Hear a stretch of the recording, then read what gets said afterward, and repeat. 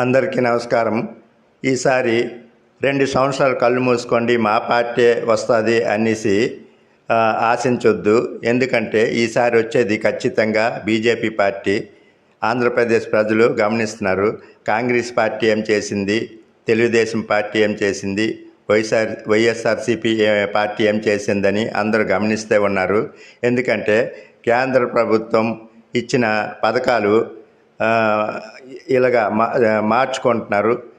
జగనన్న కానుక, చంద్రన్న కానుక అని. అందుకు మాకు ఈ పథకాలు ఈసారి డైరెక్ట్గా మేము కేంద్ర ప్రభుత్వం ద్వారా తీసుకుంటాము.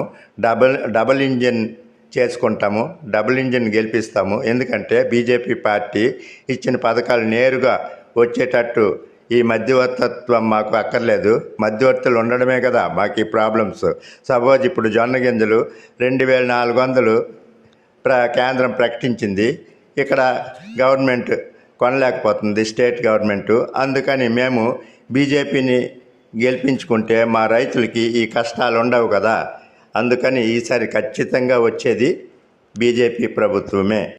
ఆంధ్రప్రదేశ్ని బాగు చేయాలనే ఉద్దేశం ఉండుంటే ఆనాడు ఎన్టీఆర్ మద్యపానం నిషేధం చేశారు ఆంధ్రప్రదేశ్లో. అదెందుకు తర్వాత వచ్చిన ప్రభుత్వాలు కొనసాగించలేకపోయారు?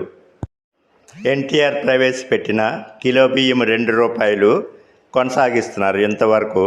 మరి ఎన్టీఆర్ మద్యపానం నిషేధం చేశారు, అదెందుకు కొనసాగించలేకపోయారు? అందుకు మాకు ఈ ప్రభుత్వాలు ఇంకొద్దు, బీజేపీనే గెలిపించుకుంటాం.